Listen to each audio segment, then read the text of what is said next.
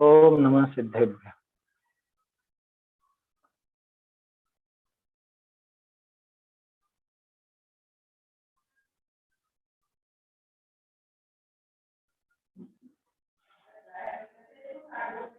अणम्यूण जीर्णवरिन्दे नरसुरभवनिन्दवन्दिये सिद्धे वोच्छामि भावपाहुड मवशेषे संजदे शिरसा परमात्म को वंदे करे शुद्ध भाव करता करूं भाव पाहुड़ तणी देश वचन का सार।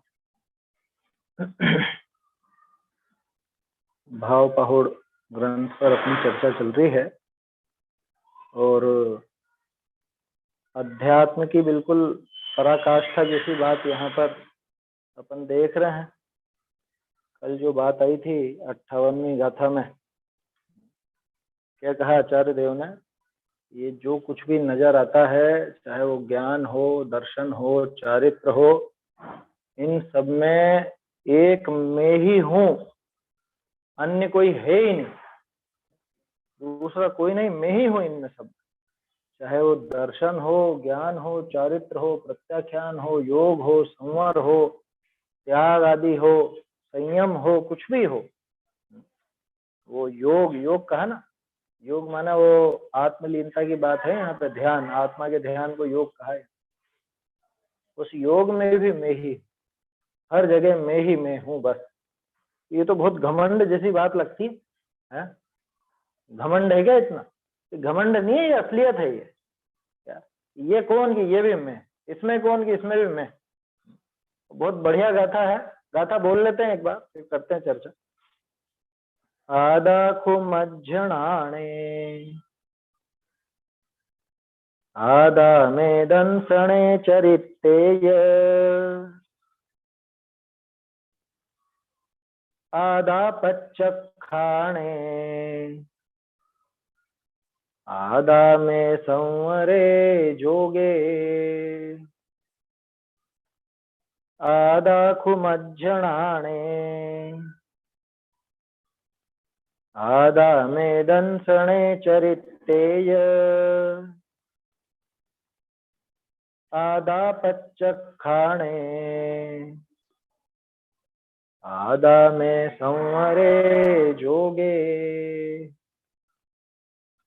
निज ज्ञान में है आत्मा दर्शन चरण में आत्मा और संवर योग प्रत्याख्यान में है आत्मा। क्या कहा कि आदाखु मज्जणाणे, आत्मा ही मेरे ज्ञान में है। अर्थ तो कल देख चुके हैं वैसे अपन इसका, लेकिन ये तो बात ही ऐसी है कि निरंतर ये भावना भाई जाए, निरंतर ये अनुभव किया जाए तो अपना कुछ काम बने। आत्मा ही मेरे ज्ञान में, आत्मा ही मेरे दर्शन में, चारित्र में, प्रत्याख्यान में, सब में आत्मा ही आत्मा। कौन आत्मा? कि मैं खुद ही हूँ। माने ये जो कुछ भी ज्ञान दर्शन आदि का फैलारा दिखता है, ये जो स्वरूप में इतना विस्तार नजर आता है, ये विस्तार कुछ और नहीं है बल्कि ये तो मैं ही हूँ। हर जगह में ही मैं। गाथा बहुत जोरदार है और ऐसी ही गाथा समय सारजी या नियम सारजी में भी है।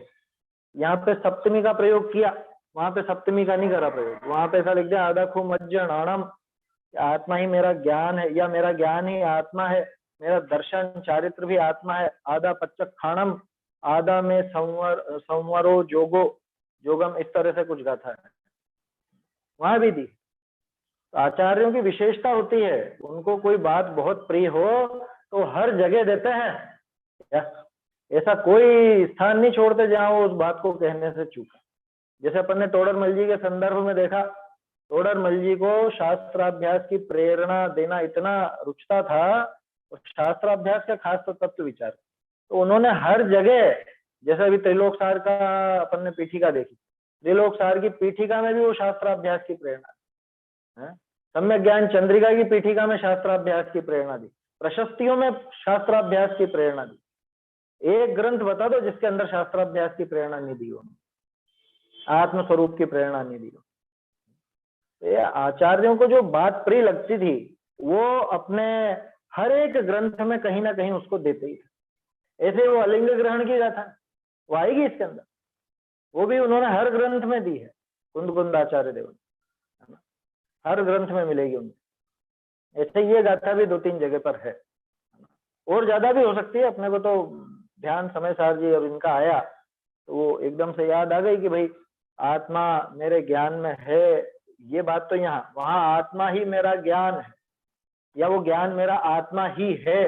यहाँ तो सप्तमी लगाई कि मेरे ज्ञान में आत्मा है, वहां कह रहे हैं कि ज्ञान ही आत्मा है। अंतर नहीं है वैसे दोनों में, क्योंकि अभेद ही यहाँ पे दिखाना है, अभेद ही वहां पर दिखा। आचार्य देव उस भेद का मना कर रहे हैं कि वो भेद बनता ही नहीं है, वो भेद है ही नहीं, है नहीं या कहा नहीं जा रहा है। क्या है बात? है नहीं या कहा नहीं जा रहा है। बहुत से लोग इसको इस तरह से कहते हैं कि भेद तो है लेकिन भेद बता नहीं रहे, अभेद दिखाना है ना इसलिए अभेद बता नहीं रहे, भेद बता नहीं रहे। वास्तविकता क्या है? वास्तविकता यह है कि भेद है नहीं, समझाने के लिए भेद कहा जाता है, वास्तविक भेद नहीं है। अरे सीधी सी गणित है, भेद व्यवहार से कहा जाता है, तो व्यवहार की बात सच्ची की निश्चय की बात सच्ची? क्या कहा तोड़रमल जी ने?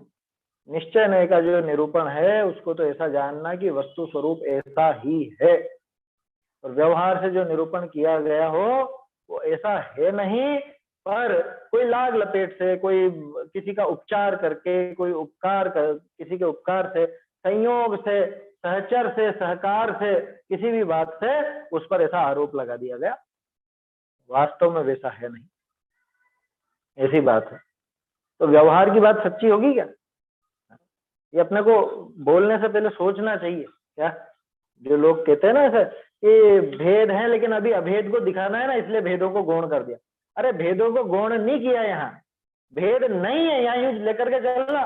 अगर अभेद का अनुभव करना, अभेद को पकड़ना है तो भेद है ही नहीं, और वास्तव में नहीं है, वो कहने के लिए नहीं हो ऐसी बात नहीं, वास्तव में नहीं है भेद।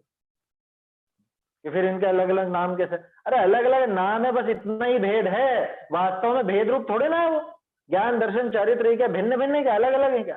सारे के सारे आत्म रूप है, सारे के सारे आत्म स्वरूप ही है, आत्म रूप ही है, आत्मा उन्हीं के रूप में प्रकट है, यूं समझ लेना। समझ में आ रही है बात? भेद वास्तव में नहीं, भेद गिने व्यवहार, भेद गिने संसार, कहते हैं ना निश्चय भेद कछु भी नहीं, भेद गिने संसार, या फिर भेद गिने व्यवहार, दोनों पद मिलते। तो आत्मा ही मेरे ज्ञान में, मेरे दर्शन में, मेरे चारित्र में, प्रत्याख्यान में भी आत्मा। कि प्रत्याख्यान में कैसे होगा आत्मा? प्रत्याख्यान में आत्मा कैसे होगा? प्रत्याख्यान तो त्याग का नाम है, त्याग में आत्मा कहां से आ गया भाई? अणाणम पच्चखाणम ये गाथा है ना 34वीं, ये ज्ञान ही प्रत्याख्यान है। वो चादर का उदाहरण है जहां पर निश्चय स्तुति के बाद धोबी का और चादर का उदाहरण है ना, तो ज्ञान को प्रत्याख्यान कहा ना, तो जब ज्ञान को प्रत्याख्यान कहा तो वो ज्ञान क्या है? कि ज्ञान आत्मा है। तो जब ज्ञान आत्मा है और ज्ञान ही प्रत्याख्यान है तो माने आत्मा प्रत्याख्यान है। ये तो गणित के जैसी इक्वेशन है, मैथ्स के जैसे चलता है तो हिसाब। ज्ञान इज इक्वल टू प्रत्याख्यान, आत्मा इज इक्वल टू ज्ञान।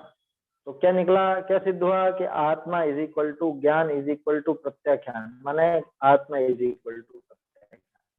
उल्टा कर दो, प्रत्याख्यान इज इक्वल टू आत्मा। आधा पच्चक खाने, प्रत्याख्यान में भी आत्मा ही, इस तरह से आत्मा। आधा में संवरे जोगे, आत्मा ही संवर में भी। संवर कब होता है? आत्म स्वरूप में लीनता के बिना संवर नहीं होता किसी को। तो वो संवर में भी आत्मा ही है ना, बल्कि वो संवर स्वरूप ही आत्मा है। क्यों संवर स्वरूप कैसे होगा आत्मा? निश्चय संवर किसका नाम है? भाव संवर किसको कहते हो आप? आत्मा में शुद्धता प्रकट होना। तो शुद्धता क्या है बताओ? वो शुद्धता क्या है? वो आत्मा का स्वरूप ही तो है जो प्रकट हुआ है। तो आत्मा ही तो है वो शुद्धता, माने आत्मा ही है वो संवर। कर्मों की तरफ से मत देखो, है ना।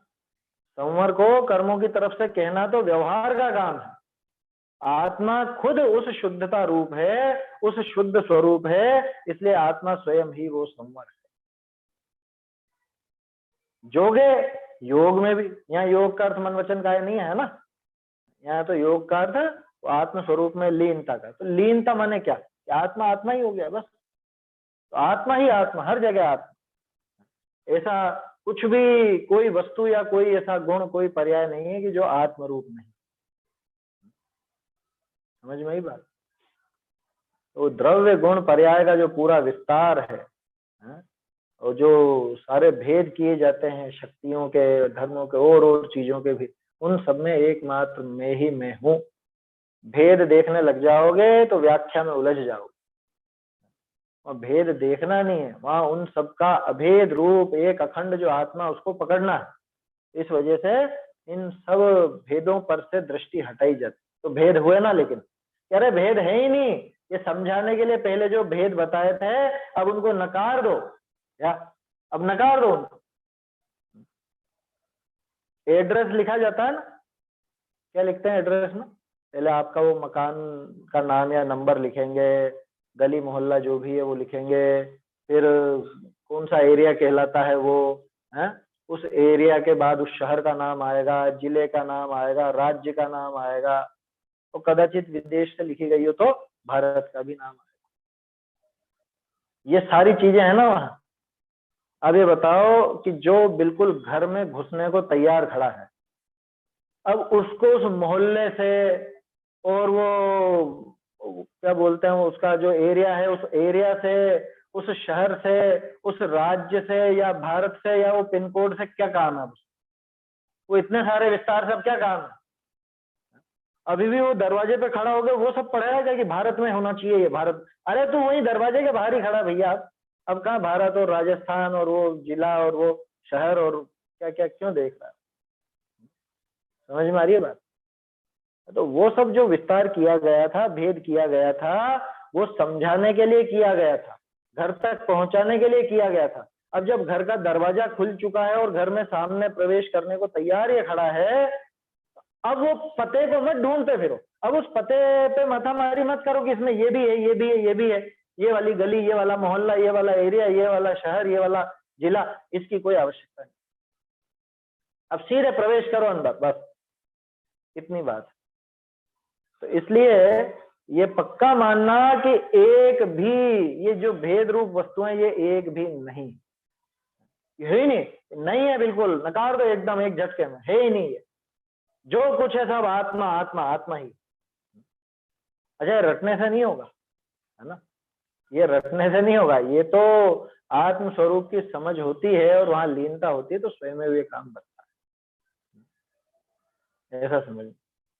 तो यहाँ उन भेदों का जो मना किया, वास्तव में वो भेद नहीं थे, वो तो आत्म स्वरूप ही था, आत्मा ही था, और उस आत्मा तक पहुंचाने के लिए उन भेदों का प्रयोग किया गया था।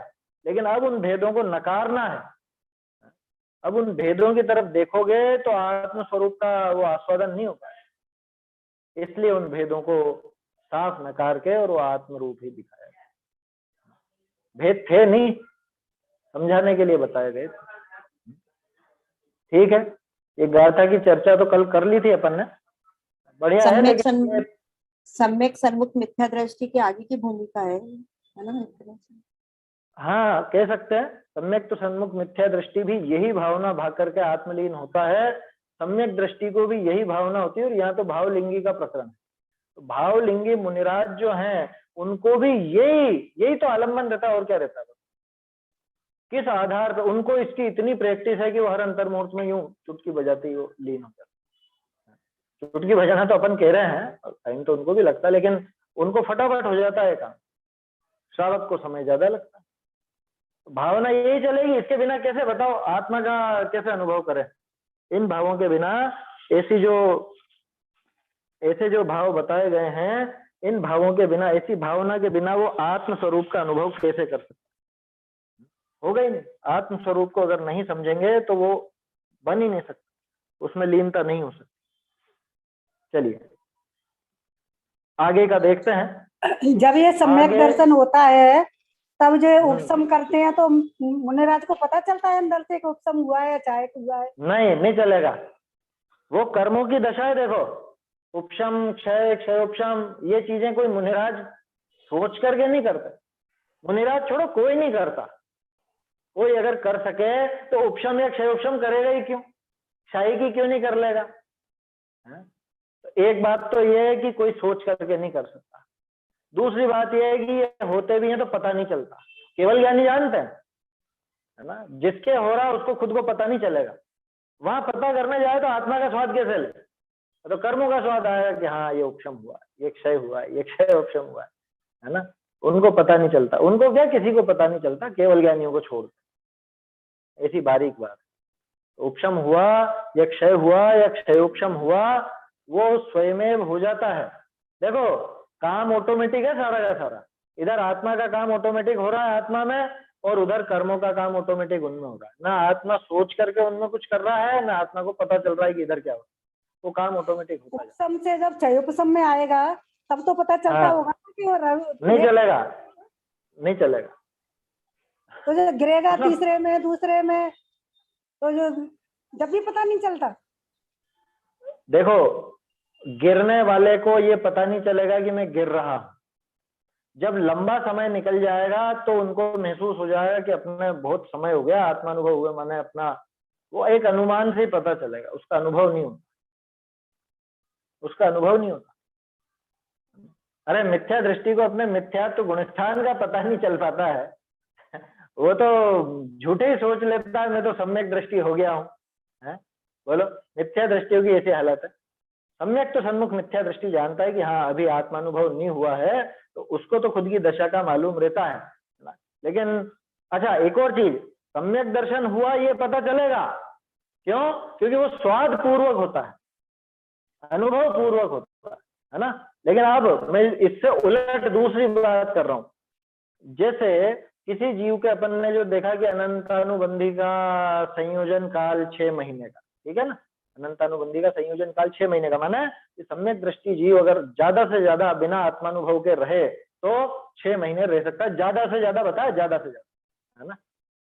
तो अब अगर वो वैसा रहे, अब बिना अनुभव के रहता जा रहा है, 6 महीने कब बीत जाएंगे और कब वो मिथ्यात्व आ जाएगा उसको पता नहीं चलेगा, उसको पता नहीं चलेगा। वो तो फिर बाद में कभी उसको फिर ध्यान आवे कि अरे आत्मानुभव किए या अपने को ऐसा स्वाद लिए, रसा स्वादन किए तो बहुत लंबा समय हो गया है, तो कदाचित पता चले कि अरे गिर गए, ये भूमिका गिर गई। आपके बहुत से डॉक्यूमेंट होते हैं ना, अलमारी में रखे रहते हैं और उनकी एक्सपायरी निकल जाती है? तो जब एक्सपायरी निकलती है तो पता चलता है क्या? तो फिर उस तरफ निगाह जाके अरे ये तो अपडेट ही नहीं कराया अपन, इसको तो वापस से रिन्यू कराया ही नहीं, है? ये एक्सपायर हो गया, ये तो लाइसेंस वाइसेंस जो भी था, है? समझ में ही बात, वैसा ही है ये भी। अनुभव करेगा तो पता चलेगा, अनुभव का पता चलेगा। छूटने का मतलब वो छूट करके और गुणस्थान बदलने का पता नहीं चलेगा। अनुभव करने पर नया गुणस्थान आया उसका पता चल जाएगा। बात समझ में आ रही क्या कहना चाह रहा हूं? जैसे आत्मानुभव हुआ तो ये तो पता चल जाएगा कि हाँ भाई ये सम्यक दर्शन हो गया। विशुद्धि बढ़ी तो उसका तो पता चलेगा, लेकिन तो अब 6वें 7वें गुणस्थान का तो पता चलता होगा।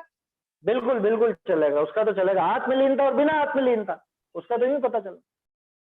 मुनिराज जब बात कर रहे हैं किसी से तो उनको पता है कि हाँ भाई अभी तो 6ठा गुणस्थान है, चर्चा कर रहे हैं, आहार ले रहे हैं, गमन कर रहे हैं, कुछ भी और काम कर रहे हैं। और आत्मलीनता, और पता क्यों करना है? लेकिन वो पता चल भी जाता है तो पता करना क्यों है? बाकी का पता नहीं चले तो नहीं भी चले तो हो क्या गया, और पता चल भी जाए तो हो क्या जाएगा? बदल तो सकते नहीं। पता चलेगा जब ही तो वो और ज्यादा आत्मलीनता करेंगे, ऊपर चढ़ेंगे श्रेणी। नहीं चढ़ पाएंगे, उधर दिमाग जाएगा, नहीं चढ़ पाएंगे। और मेरा तो 6ठा गुणस्थान आ गया, ज्यादा देर नहीं करूं, ज्यादा देर नहीं करूं, 6ठे गुणस्थान में ज्यादा नहीं रहना, 7वें में जाना है, 7वें में जाना है, वो जा ही नहीं पाए। गुणस्थानों को देखने से कभी गुणस्थान सुधरते हैं क्या? आत्म स्वरूप को देखे तो सुधरे। बात समझ में आई? उनकी तरफ देखने से कभी कोई गुणस्थान बदल नहीं सकता। श्रेणियां पढ़ पढ़ करके आप श्रेणी चढ़ गए क्या? कभी श्रेणियों के बारे में समझ के श्रेणी चढ़ सकता है कोई? सम्यक दर्शन के क्षेपक्षम आदि के भेद आपने इतनी बार पढ़ लिए, समझ लिए, तो कर लिया क्या?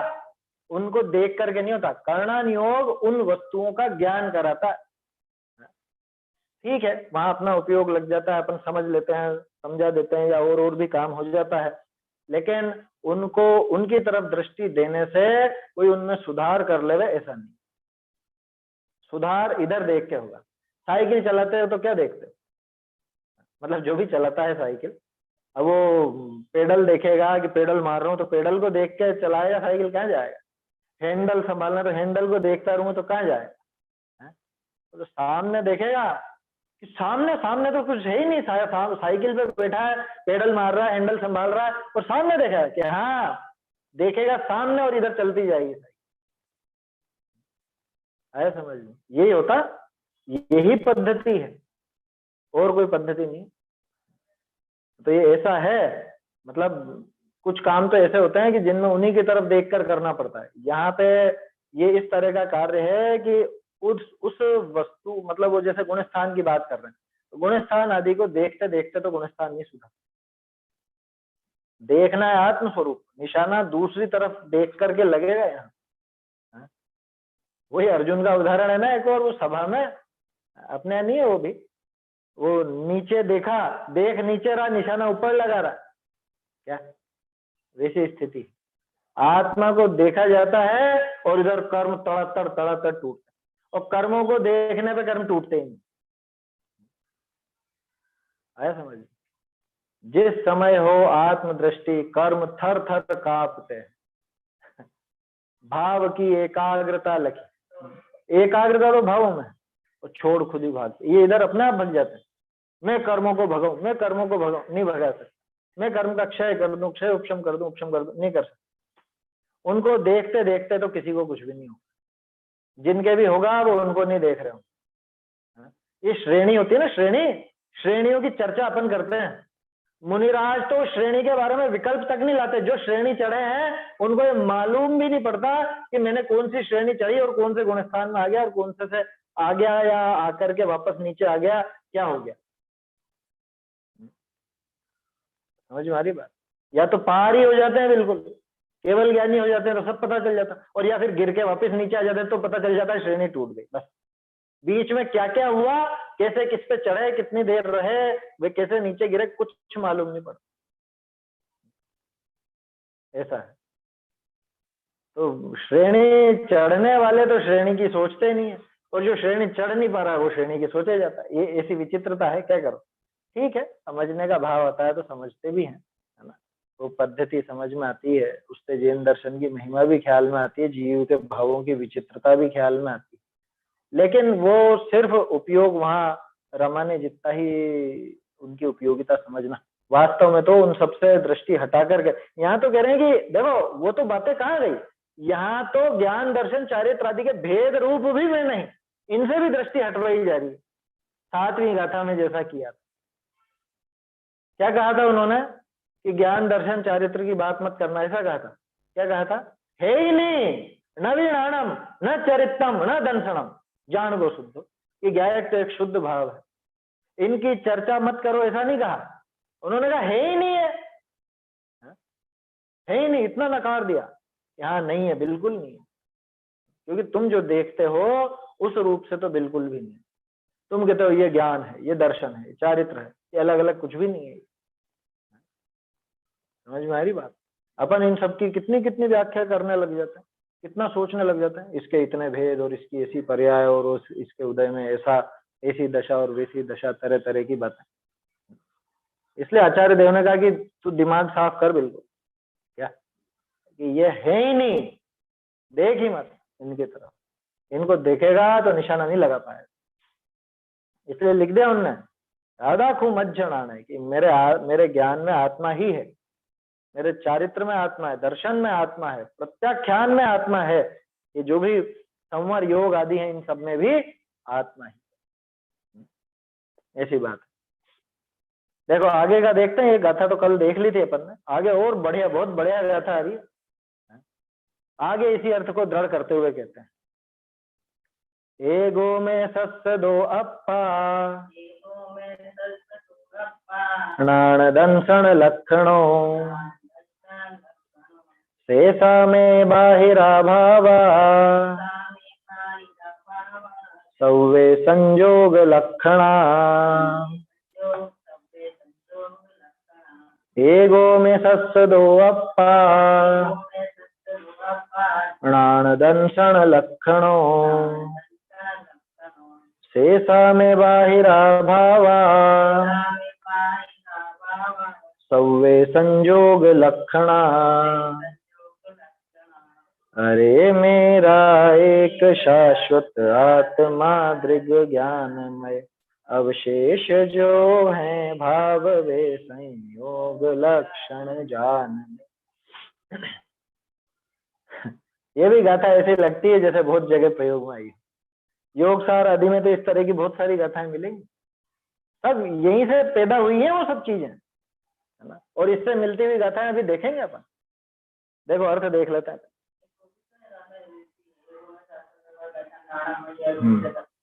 एगो में सत्सदो अप्पा, एगो में, एगो मतलब एक, मैं कौन, मैं एक हूं।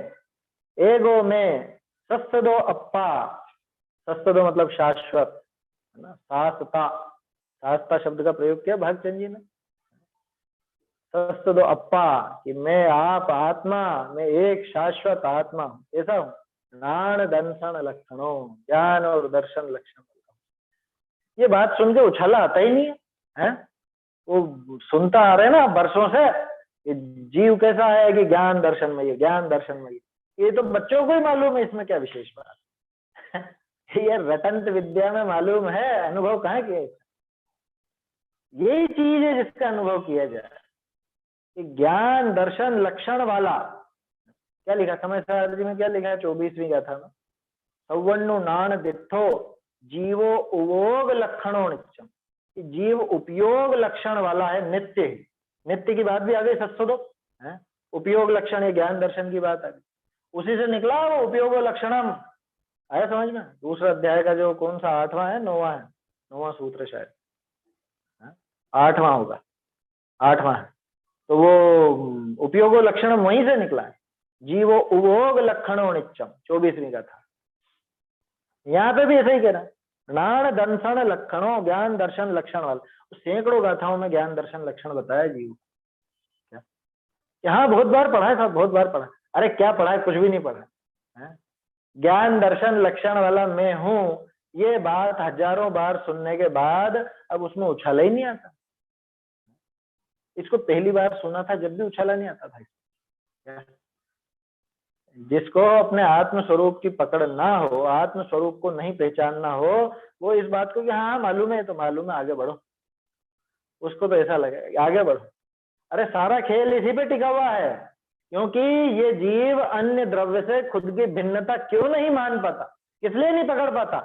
ये ज्ञान दर्शन लक्षण मेरा है, इस बात को स्वीकार नहीं कर पाता, तो दूसरे से भिन्नता नजर नहीं आती है, इसको वो बात पकड़ में ही नहीं आती है कि मैं कैसा हूं, कि मैं तो ऐसा हूं जैसा दिख रहा हूं। क्या मैं गोरा काला, लंबा चौड़ा, मोटा पतला, पुरुष स्त्री है, बालक वृद्ध इत्यादि रूप, बोलो दिन भर ये भावना चलती है, दोहराता नहीं हो भले, और ये चीज दोहराता है लेकिन इसकी भावना नहीं चलती। मैं ज्ञान दर्शन स्वभावी हूँ, ज्ञान आनंद स्वभावी हूँ, दिन में 50 बार दोहरा लेगा लेकिन वो भावना ही नहीं चलती। इसलिए आचार्य देव बार बार समझाते हैं कि भैया मैं एक शाश्वत ज्ञान दर्शन लक्षण वाला एक शाश्वत द्रव्य हूं। समझ, शेषा में बाहिरा भावा, शेषा बाकी जो कुछ भी शेष हैं, मैं बाहिरा भावा मुझसे सब बाहर के भाव है, मेरे से सब बाहर है। सौवे संयोग लक्षणा, कैसे हैं वो सारे के सारे, सब संयोग लक्षण वाले जितने भी हैं वो सब मुझसे बाहर है। अब भाव कह दिया, भाव में अन्य द्रव्य भी ले लेना, उनके निमित्त से खुद के जो विकारी भाव होते हैं उनको भी ले लेना, वो सब भी, क्योंकि उनका भी संयोग ही तो है, और क्या है, छूट जाते हैं वो सब।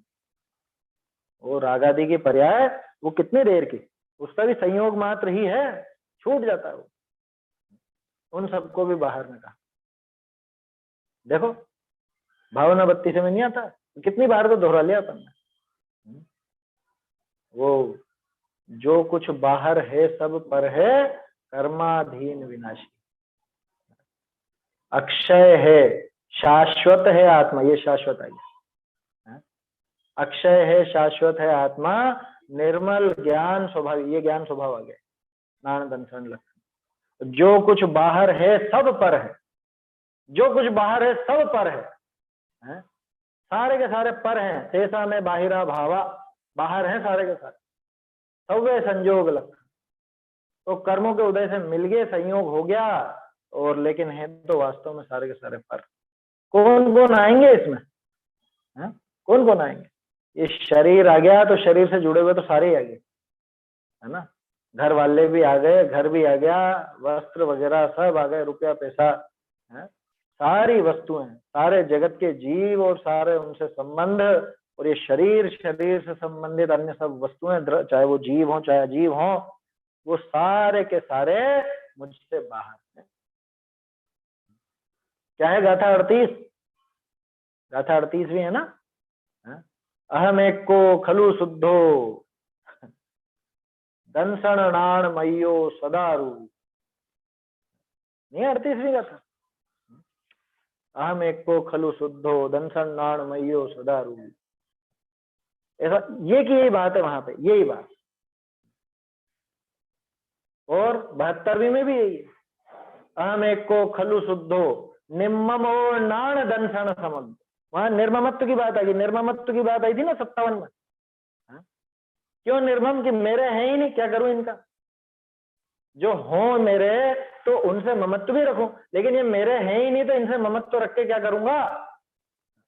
वैसा का वैसे वहां 72 में कहा, और वो भी यहाँ पर भी वही कहा, क्या शेषा में बाहिरा भावा, ये बाकी सारे के सारे भाव मुझसे पर है। अवशेष जो सब भाव है मेरे से पर ही जानना, वही 38वीं गाथा की है मेरे ख्याल से वो अनुवाद उसका, है ना। मैं एक शुद्ध सदा रूपी ज्ञान द्रग हूँ यथार्थ से, अवशेष जो सब भाव है मेरे से पर ही जान। हम एक को खलु शुद्धो दंसन नाण मयो सदा रूपी, शेषा में बाहिरा भाव तो आ गया ना यहाँ पे, ये सारे में मुझसे बाहर हैं। गजब की गाथाएं हैं ये तो, क्या। 72 में तो कहते हैं तम्मे ठिदो तच्चित्तो सव्वे यदे खयमणे में, इन सबका क्षय करता हूँ। किनका? बाहरी द्रव्यों का नहीं, वहां पे कर्मों की बात है ना।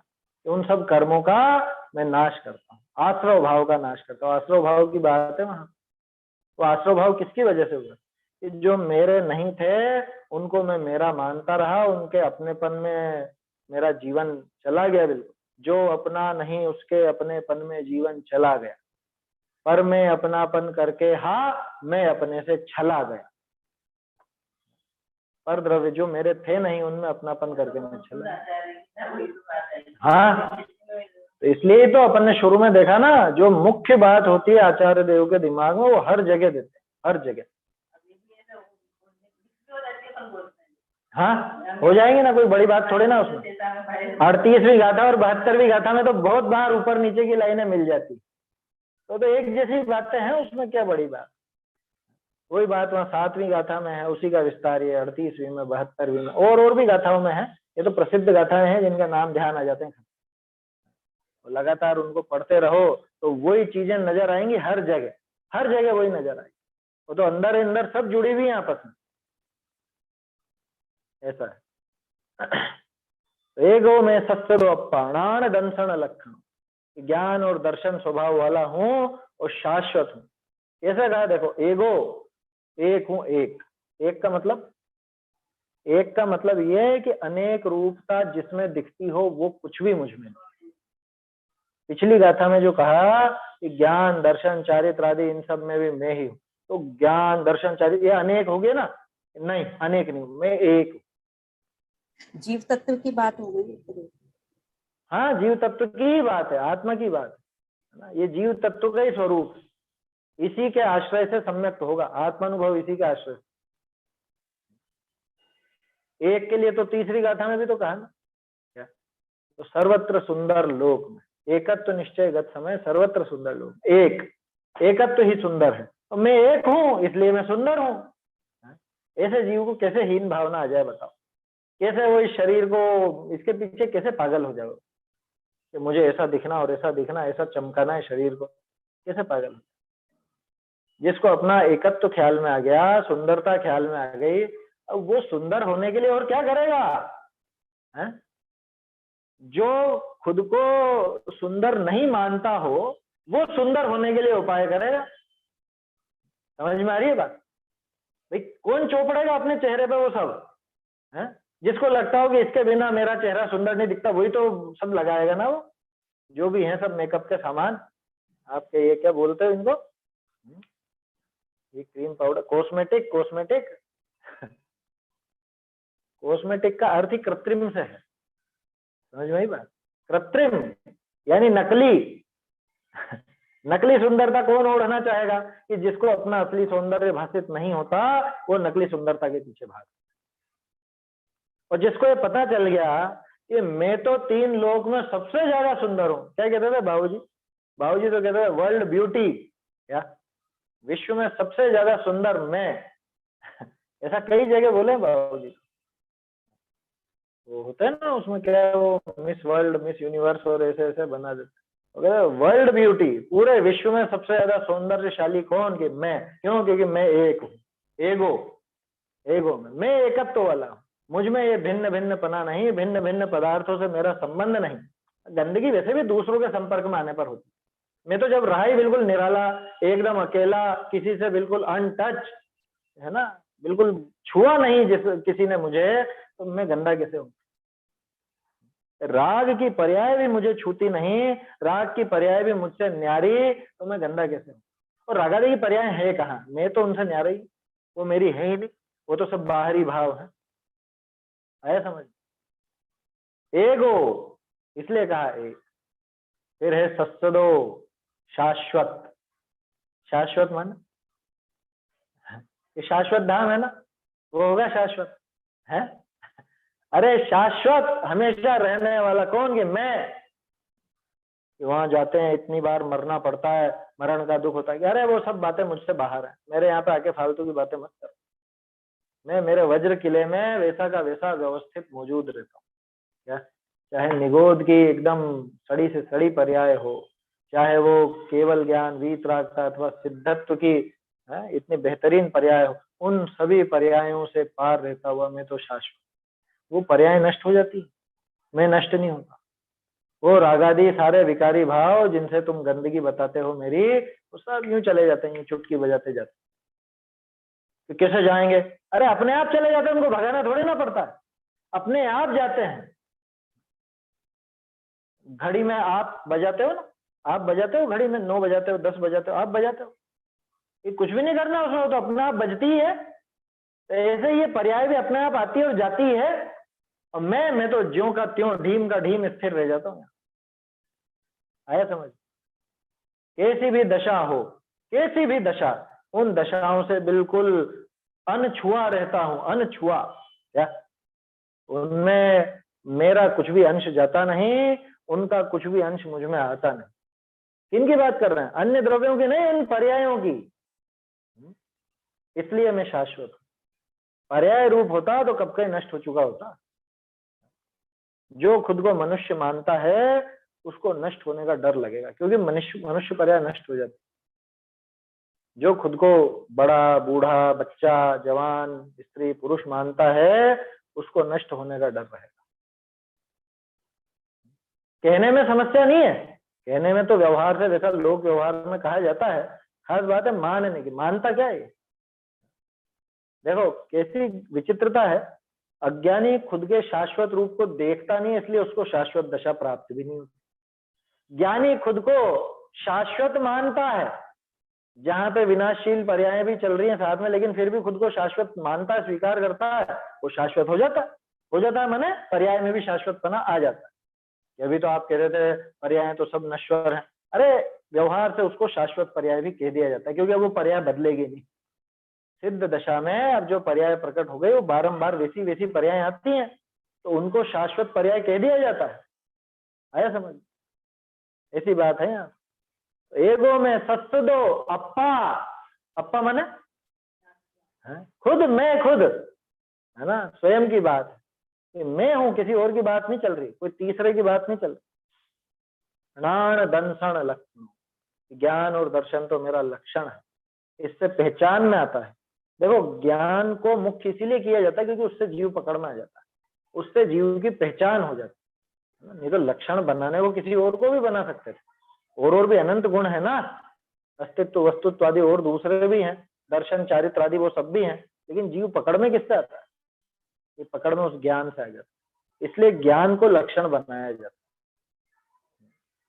और नाण दंशन लक्षण, ज्ञान दर्शन लक्षण वाला मैं हूं।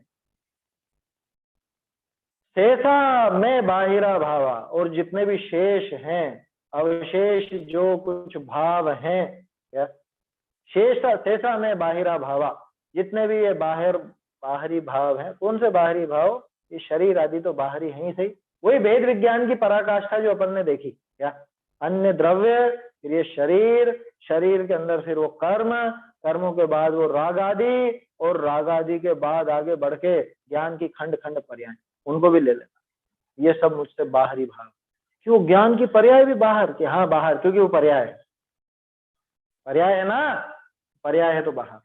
अरे बल्कि यहाँ तो ये कह दिया वो गुण भेद भी बाहर कर दी, गुण भेद की भी तो मना कर दी पिछली कथा। शेषा में बाहिरा भावा, कि नहीं आपके ज्ञान है दर्शन कि कुछ भी नहीं है, बात ही मत करो, मैं तो शाश्वत हूं बिल्कुल। अब वो लक्षण बताने के लिए ज्ञान दर्शन लक्षण बताया जाता है, लेकिन उनको ही अलग से मतलब भिन्न भिन्न करके देखने लगे तो फिर हासिल नहीं होगा। शेषा में बाहिरा भावा, मुझसे जितने भी ये सारे के सारे जो भी भाव हैं, ये सब मुझसे बाहर है, न्यारे ही रहते हैं। अब बोलो जो न्यारे रहते हैं उनकी चिंता क्या करनी? जिसको ये पता चल जाए कि ये सब मुझसे बाहरी भाव हैं, भाव, भाव माने पदार्थ भी है, तो ये सारे पदार्थ मुझसे न्यारे हैं, मुझसे बाहर हैं, अब उनकी क्या चिंता होगी बताओ? और दुकान में आग लग गई, मकान में ऐसा हो गया, शरीर में ऐसा हो गया, ये सब मुझसे बाहर हैं। भावलिंगी मुनिराज को क्यों फर्क नहीं पड़ा?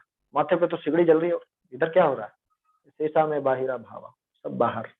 अच्छा, ये चीज विचार नहीं की जाती, मतलब ये अनुभव के समय बाहरी है बाहरी है बाहरी है, अन्य की तरफ थोड़ा देखा जाता है, आत्म स्वरूप को देखा जाता है, और उसमें क्या देखा जाता है कि आत्मा ही देखा जाता है, कि ये बाहरी भाव मतलब ये सब न्यारे हैं, मुझसे बाहर हैं, बाकी सब, ये विचार नहीं आएगा कि नहीं आएगा।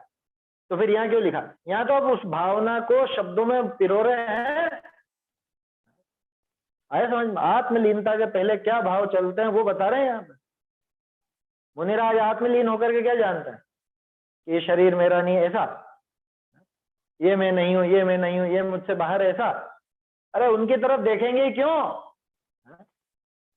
जिसको गुलाब जामुन खाना है वो ये विचार करेगा कि पड़ोसी के यहाँ चावल बने हैं, और इस पड़ोसी के यहाँ तो ये तो भूखे ही हैं, इनके यहाँ तो खाना ही नहीं बना है, आज उनके यहाँ तो झगड़ा हो गया, आज उनके यहाँ ऐसा हो गया, घर के बाहर जुलूस निकल रहा है, और ये विचार करेगा वो। अच्छा चलो, ये विचार करेगा कि गुलाब जामुन में पड़ोसी नहीं है, गुलाब जामुन में जुलूस भी नहीं है, गुलाब जामुन में दुकान की आग भी नहीं है, गुलाब जामुन में दूसरी चीजें भी नहीं है, ये विचार करेगा? सीधे गुलाब जामुन खाएगा और स्वाद लेगा। समझ में आ रही है बात?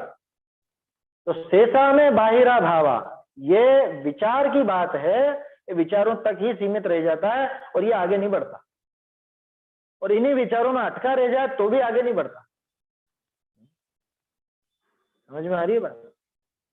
तो ये तो अनुभव के पहले की दशा है, और आचार्य देव क्या करें, शब्दों में तो ये चीजें बताएंगे ना, शब्दों में तो ये बातें कहनी पड़ेंगी, ये नहीं है, ये नहीं है, इन्हीं के आधार पर अनुभव हो पाता है, लेकिन अनुभव में ये बातें नहीं होती, ये खास चीज।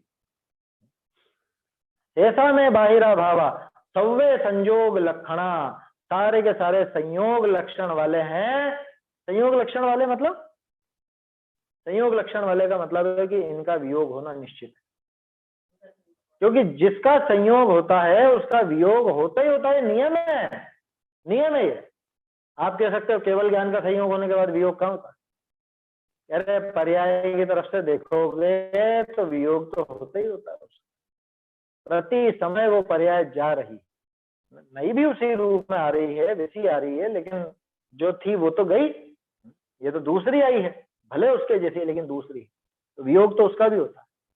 तो जो वियोगशील हो ऐसे संयोग को मैं क्या करूं, क्या करूं, जितने भी संयोग हुए हों, यहाँ तो ऐसे वादे करते हैं ना, क्या जन्म जन्म तक साथ निभाएंगे, हैं 7 जन्मों का साथ है, आएगा 7 जन्मों का, 7 जन्म की गारंटी भी है क्या, 7 जन्म होंगे, और कहाँ होंगे, हम तो स्वर्ग में जाएंगे, तुम क्या पता कहाँ चले जाओगे, या तुम स्वर्ग में जाओगे, हम क्या पता कहाँ चले जाए, कहाँ साथ है। अब गाने है ना, तो जन्म जन्म का साथ है हमारा, आएगा जन्म जन्म का साथ है। यहाँ कह रहे हैं सौवे संयोग लक्षणा, सारे के सारे संयोग लक्षण वाले। बड़े पंडित साहब कहते हैं, मैंने एक बार सुना ये 7 जन्म की बातें क्यों चली थी, ये सब बैर चलता है, जैसे ऊंट और बैल का रथ नहीं चलता है, वैसे ही कभी कुकड़े बने, कभी ऐसे सब तुम्हारे भव चलते हैं, ये तुम्हारे साथ भव होते हैं और तुम प्रेम में लेते हो। एक बार बड़े पंडित साहब के प्रवचन में आया था। हाँ वो तो झगड़े चलते हैं ना बरसों के, या बरसों के झगड़े, वैसे ही भवों के झगड़े जैसे, लेकिन वो भी कंटिन्यू नहीं होते क्या, जैसे पार्श्वनाथ जी और संवर देव का अपन ने देखा, क्या वो उसका कमठ का, संवर देव तो आखिर में नाम था कमठ का, तो वो कमठ और पार्श्वनाथ जी का जीव क्या नाम था, वायुभूति मरुभूति, अग्निभूति और मरुभूति, इंद्रभूति थोड़े ना, वायुभूति और मरुभूति दोनों भाई थे शायद, है ना।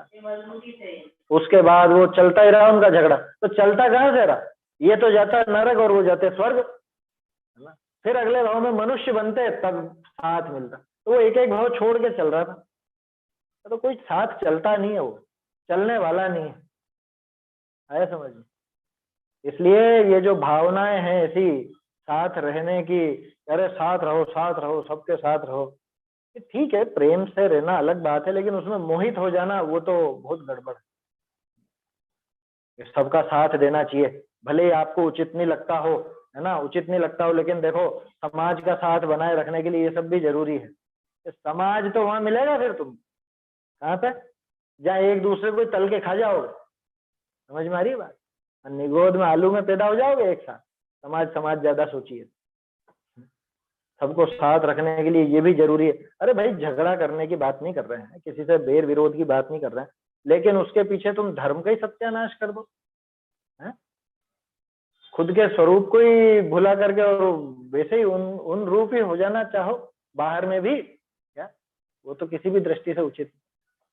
खैर वो बातें दूसरी है, यहाँ तो बात है सौवे संयोग लक्षणा बाहिर अभाव, सारे के सारे संयोग लक्षण वाले बाहरी भाव।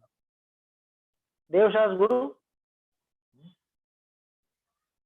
गुरु भी बाहरी, हाँ बाहरी भैया, बाहरी है, वो भी मेरे स्वरूप में नहीं। अब देखो यहाँ बहुत से लोग क्या कहते हैं कि हाँ देवशास गुरु तो बाहरी हैं और घर वाले तो तुम्हारे अपने हैं ना, है? अरे भैया यहाँ पे पहले ही उनको छोड़ा गया, जब यहाँ इतनी ऊंची बात की जा रही है तो दूसरों को कहाँ शामिल करें, समझ में आ रही बात। वो चीज व्यवहार में, मतलब बाहरी आचरण में वो कहने की होती है कि तुम देवशास गुरु को तो पर मान के वहां जाते ही नहीं, और यहाँ पे घर बार में इतने मगन रहते हो, उन लोगों को एक है। लेकिन जो परिवार जनों को भी छोड़ चुका है ना, उसके आगे के क्रम में वो देवशास गुरु को भी छोड़ता है। हाँ मुनिराज जब आत्मलीन होते हैं तब क्या देवशास गुरु का विचार करते हैं? उनके प्रति कितना समर्पण रहता है देवशास गुरु के प्रति? बिल्कुल नहीं रहता। ये सब कैसे? बिल्कुल भी नहीं रहता कि नहीं रहता, रहे तो आत्मा पे समर्पण नहीं होता, ये पक्की बात है। यहाँ विपरीत अर्थ मत लेना कि हाँ देवशास गुरु का तो छूट गया और आत्मा वो दुनिया भर का करते रहो, वो बात कहाँ सही, वो तो पहले ही छूट चुकी हूँ, वो चीज तो पहले ही छूट चुकी। यहाँ तो इतनी ऊंची बात चल चुकी है, इतने आगे पहुंच गए हैं, अब इतना आगे कि जहाँ पे देवशास गुरु का भी विकल्प, वो भी बाहरी है, वास्तव में है बाहरी ही।